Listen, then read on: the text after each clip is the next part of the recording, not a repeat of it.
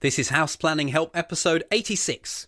Hello, I'm Ben Adam Smith, and this is the podcast for you if you're looking to build or renovate. I'm exploring what houses we should be building in the 21st century.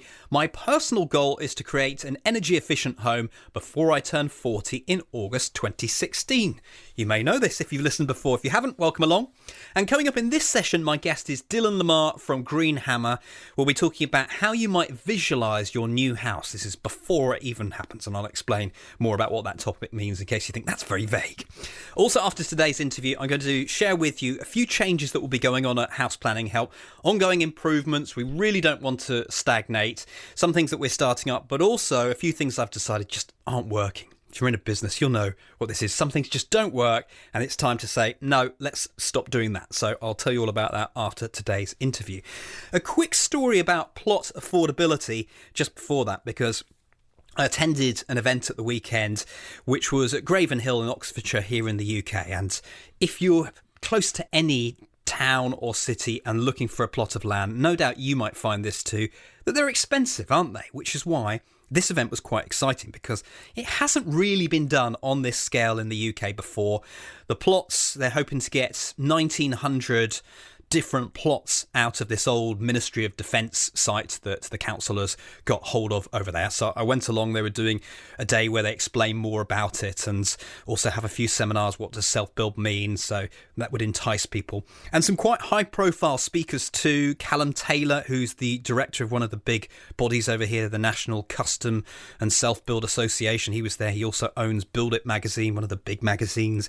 Charlie Luxton, who's a TV presenter, does lots of property shows, including Building the Dream. We had Paul Newman from Potton.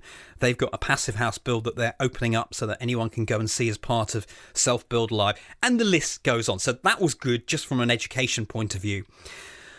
It was impressive to see how many people turned up for this, showing that there was an appetite for it.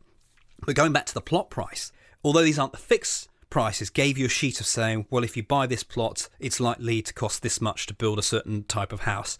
And then they correlated that with what it would be on the open market if you went to try and find a similar plot. And so there's a definite affordability because the price was 3 times less than it would have been on the open market. I'm just saying roughly, because I'm sure they all vary a little bit. I know that I've heard this time and time again that self-build is a route to build a house affordably, and I think, what are you talking about? Certainly if you can start like that, that's incredible. So really, really good. And then straight after this event, my wife, she'd heard that there was a designer outlet shopping centre nearby called Bicester Village, so we went off to that, and having been inspired by the self-build, we then went past this huge volume house builder area. They were absolutely everywhere. You could see signs of where this was going and that was going, the noddy boxes going up. And it was just such a contrast to think that even though it's exciting that this self-build, it'll take place perhaps over 10 years, the volume house builders are just down the road. Do you want to be next door to them? I don't know. We're stateside for today's interview. Dylan Lamar from Green Hammer is my guest. And the main goal of our chat is to find out how we start to turn ideas into reality and what visual prompts we might have along the way to just check on our ideas. I'm particularly thinking of software. And this actually seemed to fit quite well with going through their process of when they bring on board a new client who's going with them and what that client might expect to have to do and how they look at designs and bring the process further forward. So that's what today's episode is all about. I started by asking Dylan how he got into low energy building.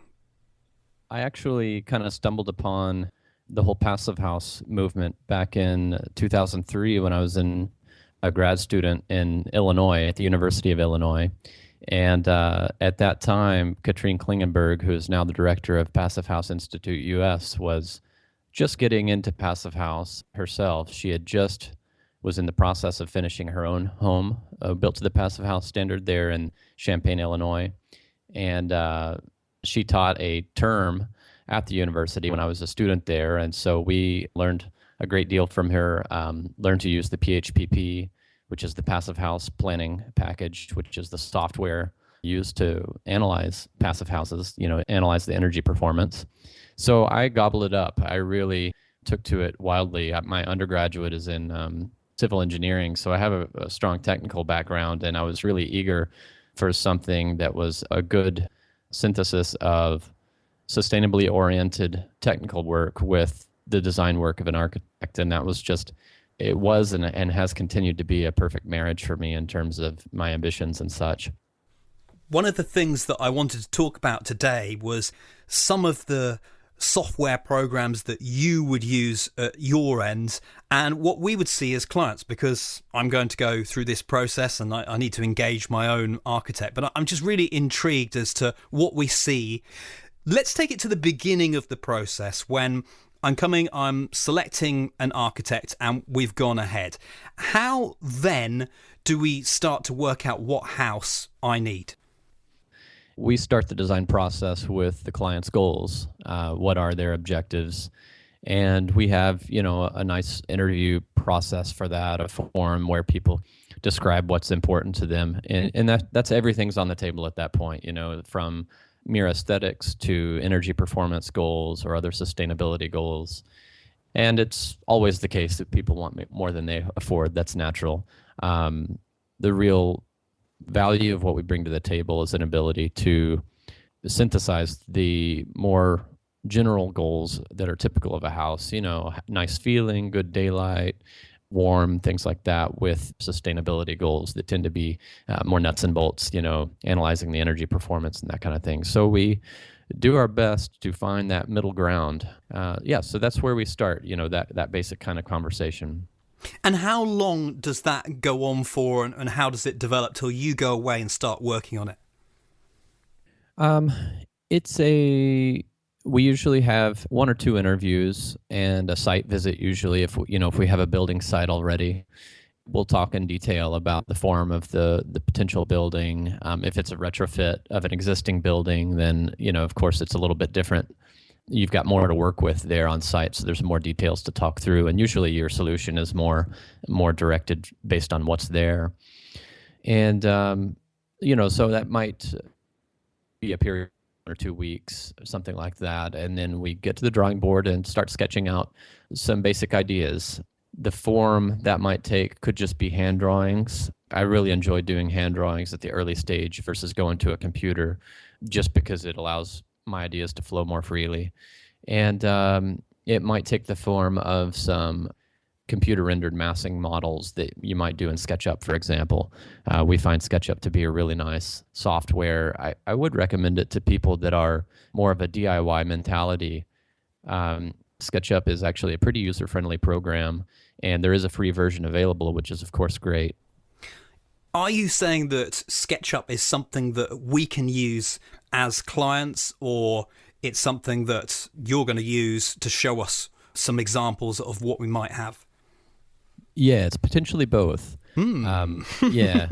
I'm not going to say everyone can use it. It does take a certain, you have to have a pretty good mind for geometry and be able to kind of visualize things in 3 dimensions. But if it's a person that's more or less got that kind of a mind, in a matter of 2 weeks, they can start using it and start building some neat things. Google at one time bought the SketchUp software, and they used it to populate Google Maps with all of these 3D massing models of buildings. When you go through, I think, Google Earth or Google Maps, you can see 3D massing models of buildings that, like high schoolers made, just for fun. And it's nice because you can put as much detail into it as you want. It can be very rough and just show you the general shape of things, or it can, if you're an expert user, you can actually render some really detailed things. So it's a nice software that provides that middle ground. Is that the program that I'm likely to have seen before? Say, for example, just a couple of weeks ago when I was out in Sydney, I was looking at a new house that was going to be built, and you could get a full representation both of inside and outside, and you could move around the room. Is that SketchUp? It could have been. I'm not sure, though. There are a lot of rendering softwares out there. SketchUp is probably the least sophisticated of them, but because it's the least sophisticated, it's the most approachable for a novice user. But there are a lot of more highly advanced rendering softwares out there. Revit, which is a common CAD program that architects use in the US, has their own rendering software built in and that kind of thing. You mentioned that we might want to do it as, I don't know whether this was more as if we thought we were going to build this house with our hands, but why would we want to use it and how would it help us in this whole process? It's good for just basic schematic design. So you can draw floor plans in SketchUp and you can then extrude them and create three-dimensional spaces, and you can see them on the interior as well as the exterior. So you can really visualize things very nicely that way. You can't create necessarily construction drawings from SketchUp.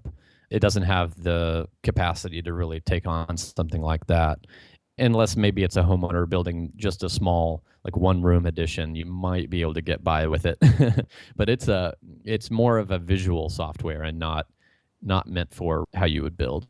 I'm guessing there's not one ring to rule them all in this respect, that there's no one program that does everything, because right at the beginning of this we mentioned PHPP, which is all about getting to grips with the energy efficiency and knowing a lot about the fabric of your building.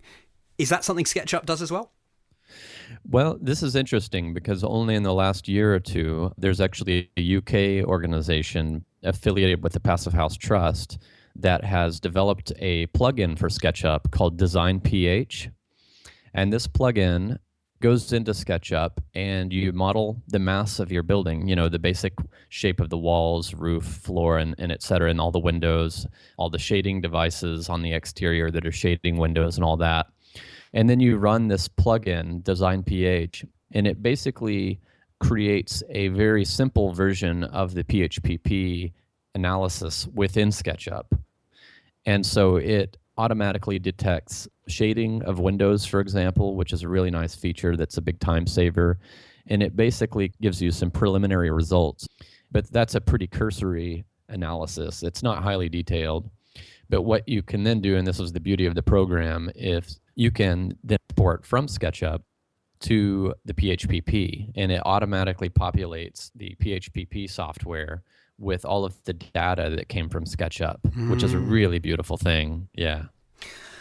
Just going back to our situation of me coming to you, wanting to build a house. On the whole, are people looking at the aesthetics, really? How often do they get deep into it? Do you have to guide them for that bit? It ranges kind of all over the board. Our company is called Green Hammer, and so we are a design build company, first off. So we both do design and construction. And as our name indicates, Green Hammer, we are really focused on green building. So we tend to attract clients that share those values. As far as navigating the aesthetic inclinations of our clients, it's a skill that comes with time for an architect to be able to kind of read a client, get a sense of their tastes. Some clients come to the table and they really want you to do all the design for them, and they're just happy to have you do that. Some clients come to the table and they have very specific ideas about what kind of a house they're looking for.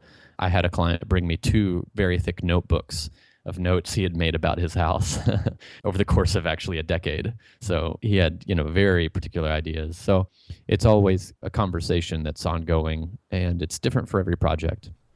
Does it matter to you? How would you define a dream client? A dream client would come to the table and tell me he's got unlimited money and he doesn't care what design. So it's the creative scope that you're after there.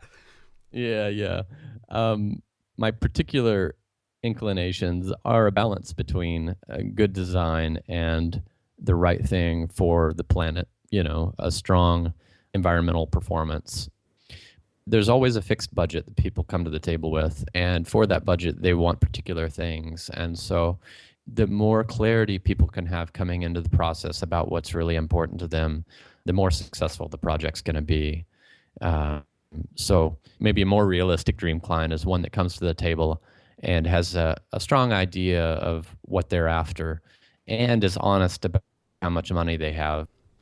I've always wondered about whether I declare how much money I have, because don't architects then build the biggest thing that they can possibly do and it ends up going over budget? It's always a tricky dance. We are a design build company, so we're sheltered a little bit from that because very quickly in the process, we give a guaranteed maximum price.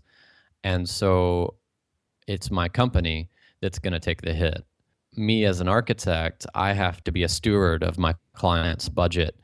So it's actually better that the clients are very honest about what their budget is, and usually the budget is a range. Usually someone comes to the table, I'd like to spend this much. We go maybe through the first round of design, and we'll then turn it over to the cost estimator to do the costing, and that number usually comes in a little higher than we want it to. That's just the nature of the game. That's when it really comes down to brass tacks about, okay, do we really want this program? We call it a program here. I'm not sure what you call it in UK in terms of the basic list of the things people want, 3 bedrooms, 2 baths, etc. If the cost to build that program is more than they have, then of course you basically have to make a decision. Okay, do we want to put more money into this, or do we want to cut back the program? And so because we're an in-house design build, we're not trying to leverage more money out of the client. We're simply, when they come to us and tell us we want a passive house, some people say, oh, you can't do that. Passive house adds 10% cost or something like that. Our approach is to say, come to us, tell us your budget. If you want a passive house, tell us you have a passive house, and we'll design you a passive house to fit that budget. That may mean a reduction in square footage to make that happen, but that's the beauty the design build brings to the process, is that we can integrate across disciplines to deliver design excellence along with energy performance. Okay, just going back a little to when we were talking about coming up with the ideas and doing that, is there always a lead architect? How do you work together as a team? Our company is pretty small, so we just have 3 folks in the design team. So there are 2 of us architects as well as a draftsperson. And then we also have an interior designer we work closely with on many jobs.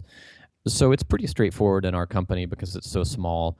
One of the 2 architects will take the lead on the project. In a bigger firm, when you have much bigger projects, if we're talking about large multifamily developments, for example, then yeah, you might have a number of architects. One is the lead architect, one is the project architect, and one is more kind of a project manager type. But for our company, at least on our single family house builds, one of the 2 architects will take the lead on the job. And which programs will you be using? Just taking you through the whole process. Is it very easy that you just stick to SketchUp or PHPP? How many different things are you using, and which ones do we see? Oh, interesting. So I often start by hand, and it depends a little bit on the basic program, but I generally start with floor plans that are done by hand because that's very intuitive to me, and it's more approachable for the clients as well. So we'll start there. Once we have a floor plan that we feel comfortable with, I might then put that into SketchUp and render elevations out of it and do a massing model so that we can then fly around the outside of the building. If we have the budget, we might model the interiors in SketchUp as well, but usually it's just the exterior. At that point, then we have a floor plan that we feel good about, and we have the basic geometry of the thing. Because we've been doing this a while, we have a good sense of the energy performance that we can achieve with that design. So at that stage, then, once the client feels good about that design, we'll run the design pH within SketchUp. The client won't see that because it's all technical data. We might show them a snapshot of it just to give them a sense of what we're doing. And then we'll take that into the PHPP and we'll do a very detailed energy analysis. That's something that's unique, Green Hammer can bring to the table because I am both an architect and a CPHC, a certified passive house consultant. That's getting to be a rather common combination. We can find a lot of those in the US, for example, probably also in the UK. And so then we run the energy analysis in the PHPP and we'll generate a report from that. And so we'll show the clients, maybe 5 or 6 page report about the energy performance of the house, how much energy is getting lost through windows versus walls, et cetera. And from that, we'll make recommendations about, okay, do we want to think about changing the window orientation or the size of windows here or there? We always put a big eye to, are we at risk of overheating the building? You can very easily overheat a single-family passive house if you have too much glazing on the east or west side. So we'll be very mindful of that. And then once we feel comfortable with the energy numbers and we've kind of gone through an iteration of design changes perhaps, that's pretty much the end of schematic design phase for us. there's usually 1 or 2 cycles of that process. You'll go back to the drawing board, design a little different, update the energy model, and see how you're doing, that kind of thing. So then once you arrive at, an agreed upon design, that's when we really run a very detailed cost analysis, and we look at, okay, how much is this going to cost to build? Once we get those numbers, we basically have a big meeting with the client at that stage. We review the design in detail, the energy performance in detail, as well as the cost. And then based on where all those things land, we'll generally present the client with a few options of how we move forward. For example, if it's coming in over budget, then here are maybe 5 items we might recommend about reducing the cost of, or how we might reduce square footage but still maintain the same or even sometimes better design quality, spatial quality of the space. And that's also, I think, where the magic of an architect can really be valuable, is reducing square footage doesn't necessarily mean a reduction in quality of the house. It can often be, with a talented designer, they can do more with less sometimes. And I've found that to be the case on more than one occasion. Yeah. The number of times I've seen buildings with wasted space where you just think it's counterproductive, a huge corridor that you end up walking backwards and forwards, or whatever it might be. I'm with you on this. When it gets to site, what are they using to start building the house? I know you say you do the whole lot, so they're not taking a computer program down there. No. We print traditional construction drawings that are, large sheets of paper, and so we have a drawing set that the builders will build with on site. We are starting to get, with the iPad and things like that, some of our construction managers have those on site, and they're able to pull up a detail more quickly that way. It's a little more portable than lugging around a big drawing set. But for the most part, we're still building to a traditional drawing set. Do things ever change at that stage, or once you've got those plans out on site, that's it? Oh, never changes. Of course, it's a lie. Or how does it change? Yeah, maybe that should be my question. How do they change then? If you've started on site, what reasons might it change? And then how do you do that without messing up everything you've done before? Right. Being a design build company, it's a little more flexible than with a traditional design bid build process. In a traditional process where the architect is a separate entity from the builder, then anytime there's a change in the drawings, you have to make legal documentation. There has to be a change order if there's a change in price, that kind of thing. It's a more onerous process. With us being in-house design build, it's a little more fluid in terms of, well, for one, we have the builder at the table during the design phase. So at each stage of design, we bring in the construction manager that's going to manage the job, and he lends his input on constructability issues. And, he just has a great mind for what things are going to be costly, areas where we might be able to save some money without compromising the design or energy performance. So that's in the back end. And really, that's probably the most valuable part of a design build company, is that integration of design and construction management at the early design phase, because nobody knows it all. Buildings are incredibly complex things, and everyone has a different encyclopedia of information in their head based on what they've done before. And so the more of those encyclopedias, so to speak, you can bring to the design table, the better off the design is. Of course, it takes good communication skills and whatnot, but that's what we're really good at. So once it gets out to the construction site, then all the details have already been vetted by the construction manager. He's already seen everything. He's been a part of developing them. So he already knows what's in that set. He knows it through and through. And so when we make changes on site, it's either something that's requested by the client. They change their mind. They want to add a bathroom here or add a tub. How or convenient. something like that.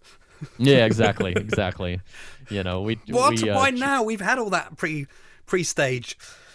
Yeah. Other reasons are we get a subcontractor out there that has a better idea, basically. He's like, well, okay, we could do it that way, but here's a better way we could do it. And that's where you have to be careful to make sure they're not just trying to cheapen the design, So you don't want to take their input without really qualifying it. But more often than not, we have a very strong relationship with our subcontractors, and they know the kind of quality we expect from them. And so when they bring an idea forward, it's usually a good one. So, on this last job we're finishing up right now, the Ankeny Row project here in Portland, it's a 7-townhouse passive house development. We have some steel railings that we had a number of meetings with the architect, structural engineer, build manager, and we designed the details of how the steel railing was going to get attached and all that. And then once we get on site, and we had a subcontractor that had bid the job and won it, he came to the table and he said, well, that works, but we could do it a little differently. We could do it this way, and it'll be easier and cheaper and maintain the same design quality. So we ended up doing that, basically changing the details with him there at the table. And so that's probably the other big reason why we might change something in the field. And of course, the other is just you run into unexpected issues on site, usually involved with the ground. Once you start digging, you find things, and so you have to adapt. We're just getting towards the end of our time, but I know that we talked about different bits of software that you might be using. I've heard BIM mentioned a few times. Is this relevant to clients at all, or why would that be used? BIM is meaning building information modeling, is a pretty advanced software that architects use. It's, ArchiCAD is common in Europe, I believe, and Revit is common in the US. Those are the main BIM platforms. That's not going to be something the DIY user is going to be able to use. Those are advanced softwares that take a long time to learn, and they're very expensive as well. So they're more relevant to people that are going to hire an architect. But those programs are basically, they do what SketchUp does and so much more. They basically, for every stick in the building, they have a data point on it. They have it modeled visually as well as quantifiably in a schedule that you can print out and send to your lumber supplier. So they're a very, very detailed software.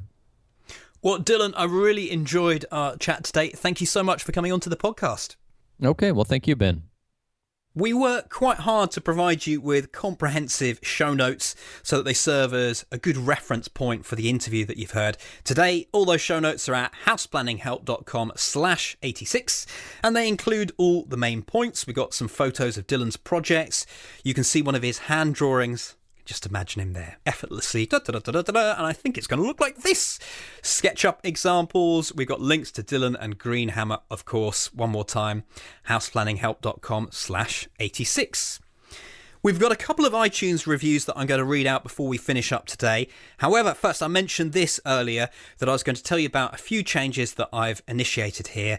We never like to sit still and not do anything, so if we're doing something well, we want to do more of that. And if things aren't going so well, maybe we can just change that or dump it, and that's what I want to tell you about. So we're relaunching the House Planning Help website. It hasn't really had a good makeover since I started midway through 2012, so I'm very happy to be working with a Swedish company called Moondog Marketing, who are going to polish things up and make it a much easier website for you to use. So more on that coming soon. Also, we're introducing the Hub, which is the membership side of that site that I'm getting very excited about. All sorts of video content in there, including the progress of Long Barrow, that passive house that's being built in Cirencester here in the UK. The second thing was Google Plus Hangouts. I really love Google Plus Hangouts, but I've decided to put them on hold for a while. This is the foreseeable future, really, because I think it's taking time away that I need to be spending elsewhere in my business. It will be back one day, definitely. In fact, we actually know the topics that we're going to be doing because we planned that before for this year. So we will bring that back at some point. It's a really good networking feature, but I need to be focused. And there are a few other things. We've got some Google Plus communities that just haven't really been helping us, and I haven't been putting in the attention. We haven't got the resources for that. And also a LinkedIn group that I'm going to close as well.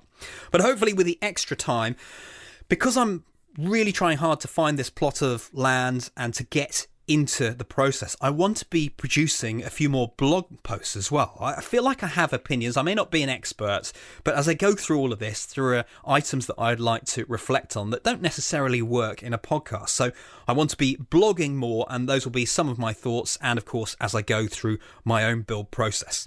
So there we go, some changes coming. Also, we're revamping the Regen Media website, so I'll let you know when all of those go live. My call to action today is to leave us an honest review of the podcast on iTunes, as these people have done. Hi to Donald O'Leary in Ireland, who titles this one, A Mine of Information Delivered in Practical, Useful Episodes. This is a great podcast if you're looking to build your own home. I listen to it on my commutes and I'm busy catching up on all the old episodes. It covers all aspects of the process and gives great insights without getting too technical. Highly recommended, and I'll be hoping to apply some learnings when we start our projects. Then B Painter from Australia has given us 5 stars and says, love it. Really interesting articles on an important and growing issue. Highly recommended. Thank you very much, B Painter. Next time we explore the term quality assurance. What does it really mean if you're building a house? Why should you go through a quality assurance process? Andrew Peel from Peel Passive House Consulting is my guest. So we'll do that next time. Thanks for listening. Cheers.